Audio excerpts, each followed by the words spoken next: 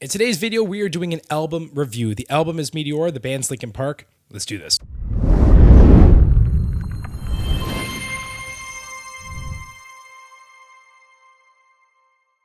What is going on, everybody? Welcome back to another video. And if you're new here, make sure you hit that subscribe button and let me know in the comments what songs and what albums you want me to listen to below. So I posted a poll where I asked you different things you would like to see on this channel. And a lot of you had said album reviews would be something you're interested in. So here we are with an album review. And what better way to start it off with what I believe is a masterpiece, Meteora. Hot take, I believe Meteora is better than Hybrid Theory. I said it.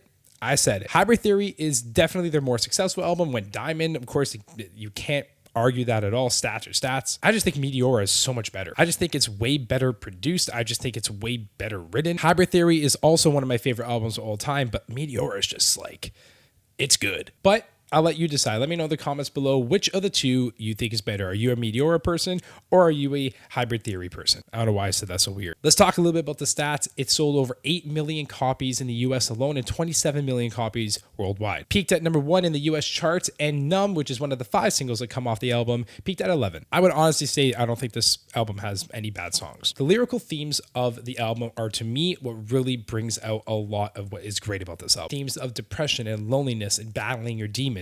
You listen to Numb, you listen to Easier to Run, you listen to Somewhere I Belong, Breaking the Habit, you listen to really any of the whole album except for a handful of songs, maybe 2 of them, and the themes are just right in your face. And it's not annoying because when Chester and Mike, like when they rap, when they sing, when they talk, you just you gravitate to it. They pull you in, they hook you, and you really just want to listen to what they say. The lyrics aren't cheesy, the lyrics are not corny, and they still stand the test of time today. There's actually a part in Easier to Run, one of my favorite lyrics off the whole album, where he says, "Sometimes I remember the darkness of my past, bringing back each memory I wish I didn't have." I think I'm getting that right. Sometimes I think of letting go and never looking back and never looking forward, so there'll never be a past. Never looking forward, so there'll never be a past. I'm in so much pain, I don't even want to move forward because if I do, then I will have a past that I don't want.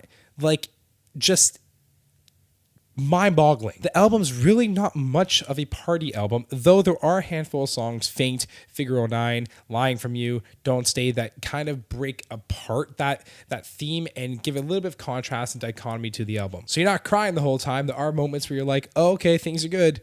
And then it goes back to the next song, you're like, oh, okay. And I think what gets you into this album, what hooks you into the album, is that it's not just someone screaming or talking about their pain.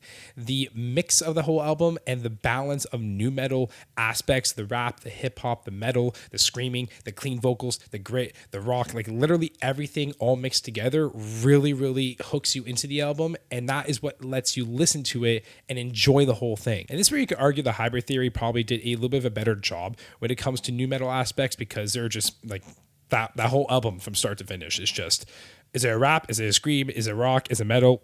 We don't know. It's probably one of the first albums, in my opinion, in that era that defined what nu metal was. But coming off that album, I honestly think they just said, how do we take it to the next level? So like in Figure 09, for example, you had the rap and screaming battle between Mike and Chester in the bridge of the song. And it is probably my favorite part of the whole album. Is just, it only lasts, 8 bars or 12 bars, but it's incredibly well done. It gets you hyped beyond belief. And Hit the Floor, where the whole verse is Mike rapping and the whole chorus is Chester screaming. And again, you go back and forth between, and you have this dichotomy in that song, and it's just really well done. Like, it's not annoying at all. And in Lying From You, you get a very good glimpse of Chester's talent, where you have Chester going from a clean vocal to a gritty vocal to a scream. You have Mike in there as well rapping, and just his range, like Chester's range. There's levels to this game. You listen to Lying From You and you're like, there are levels to this game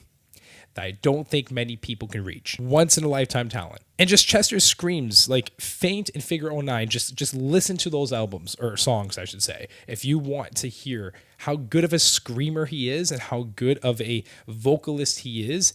Just go listen to those 2 songs off the album. Needless, I say more, need to say whatever I'm trying, just do it. The album also has some of the band's best melodies, and nothing seems out of place, and it's just not annoying at all. The melody of Numb, let alone the intro of the song, has stood the test of time for 2 decades now? Breaking the Habit, which is a little bit less of Chester's gritty side and the band's heavier side, kind of has like this video game-esque feel to it. And of course, the emotions are there. The song is very much not a party song. It's very deep in Chester's emotions, but the chorus is incredibly well written. One of the more underrated songs, From the Inside, which is one of the singles off the album, but it's actually ironically not one that many people even know, has an incredible chorus. And the chorus, or at least the second chorus, where he's holding his note before he gets into the bridge where he's screaming, that whole little section right there is very well done. You can literally have that same conversation and the same compliment for every song on this album. Minus Forward, which obviously doesn't have any lyrics to it. It's just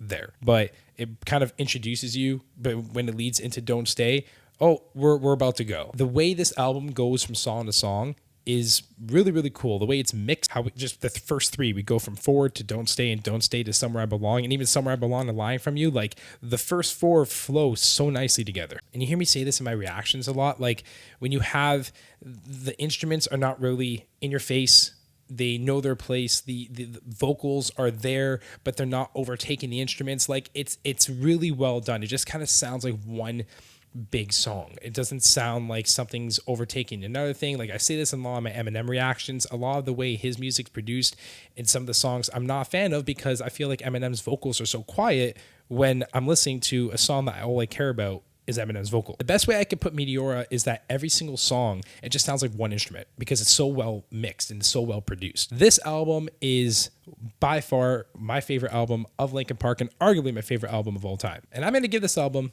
an A+.